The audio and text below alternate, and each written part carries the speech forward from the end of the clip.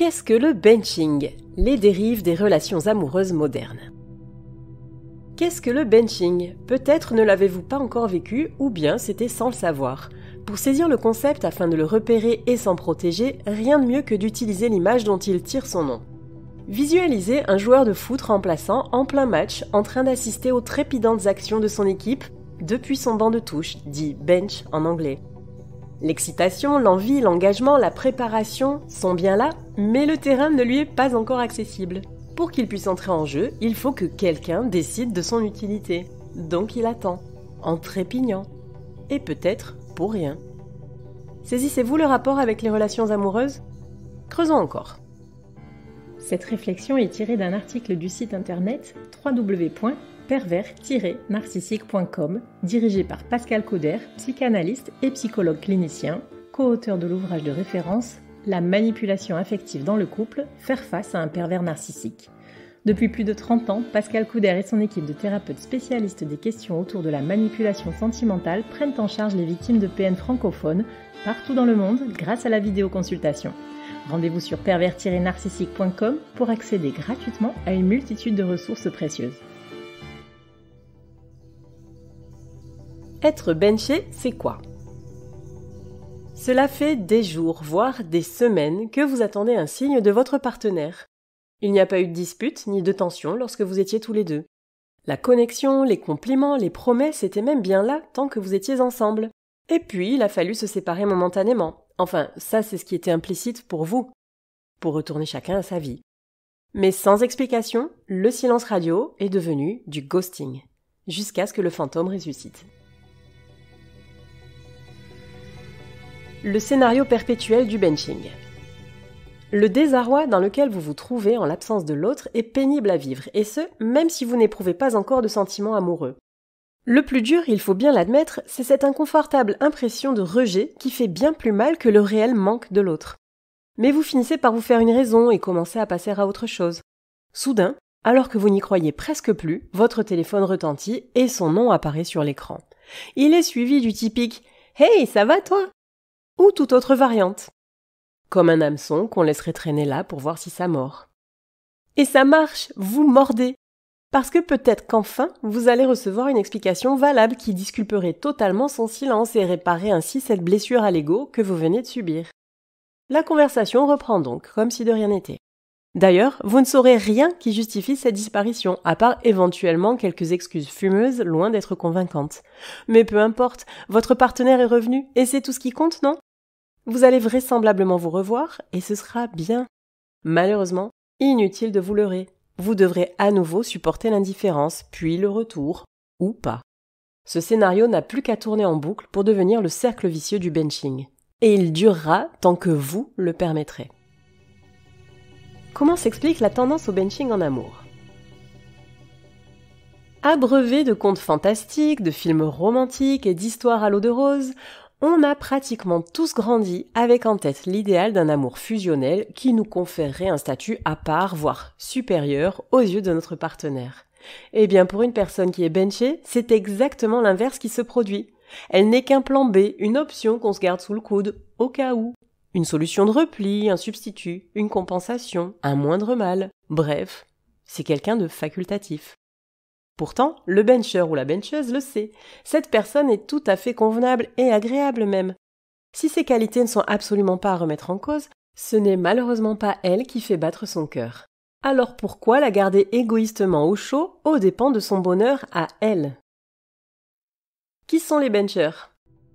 Bencher n'est pas forcément le fruit d'une démarche consciente ou préméditant la malveillance. Toutefois, il s'agit systématiquement d'une attitude autocentrée, voire d'un mécanisme de défense. L'insupportable frustration. C'est un fait, le rapport aux relations amoureuses est plus que jamais entaché par le consumérisme omniprésent de notre société. Et qui dit consommation dit produit ou objet. Les benchers utilisent donc leurs partenaires comme des instruments et non comme des individus doués d'émotions, d'où l'absence de sentiments dont ils font preuve.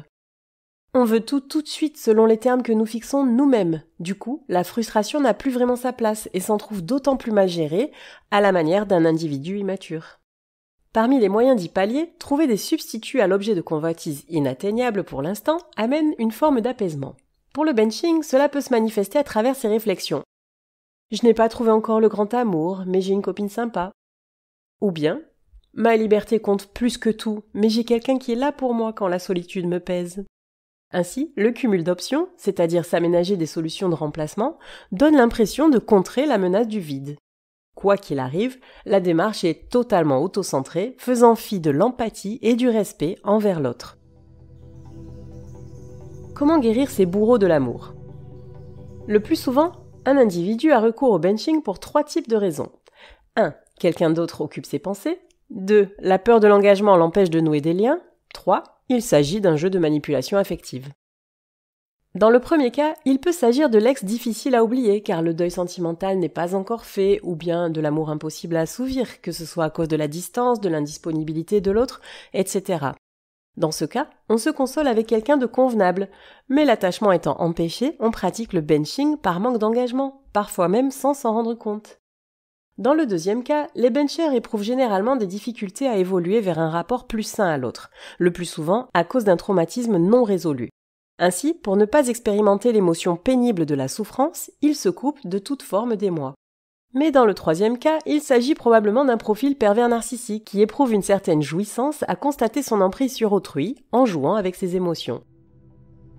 Que faire quand on est victime de benching ? Vous avez identifié le phénomène du benching et vous vous demandez s'il y a de l'espoir pour l'avenir de votre relation avec le malotru ? Quelle leçon doit-on tirer de cette expérience ? Faut-il attendre que le bencher change ? Si votre bencher présente les caractéristiques du manipulateur sentimental, la fuite doit être immédiate et sans la moindre équivoque. Pour s'en sortir plus facilement et plus rapidement, un accompagnement thérapeutique est tout indiqué, surtout pour vous éviter de retomber dans un autre de ces schémas amoureux malsains, même avec quelqu'un d'autre. Si tout indique que votre partenaire est simplement perdu et éprouve des difficultés d'attachement, cela laisse entrevoir une possible résolution de son problème à terme. Mais ne vous y méprenez pas, une personne momentanément indisponible sur le plan affectif prendra du temps à guérir. Il lui faudra prendre conscience du problème, ce qui peut ne jamais arriver, manifester la volonté de le traiter, trouver le bon accompagnement dans cette démarche, de préférence le suivi psychologique. Autant dire que même avec une bonne dose de détermination, le chemin sera long et semé d'embûches. Mais surtout, quelles sont vos chances que votre relation se relève d'un démarrage aussi problématique ? Vaut-elle vraiment le coup que vous vous y accrochiez, sachant que votre partenaire n'éprouve probablement pas de sentiments amoureux envers vous ? Comment éviter d'être benché à l'avenir ? Quel que soit le problème à l'origine de votre benching, un peu de réalisme de votre part s'impose. Il n'y a que très peu de chances que cette relation connaisse une issue heureuse. Il est donc primordial d'effectuer un travail sur soi et de comprendre pourquoi vous avez permis que l'on vous traite comme un choix par défaut. En d'autres termes, il est temps de vous intéresser à vous, à vos failles narcissiques et à votre propre estime. Peut-être souffrez-vous de dépendance affective, ce qui vous pousse à reproduire des schémas relationnels toxiques. Sachez qu'en effectuant un travail d'introspection, vous pouvez vous libérer enfin des comportements qui nuisent à votre épanouissement personnel. Savoir ce qu'est le benching vous permettra désormais de voir le phénomène arriver de loin.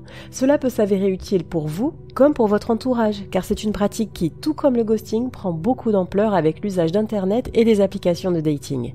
Sans parler de comportements forcément pervers de la part du bencher, cela reste de la manipulation affective où les intérêts de l'individu qui se trouve instrumentalisé ne comptent pas.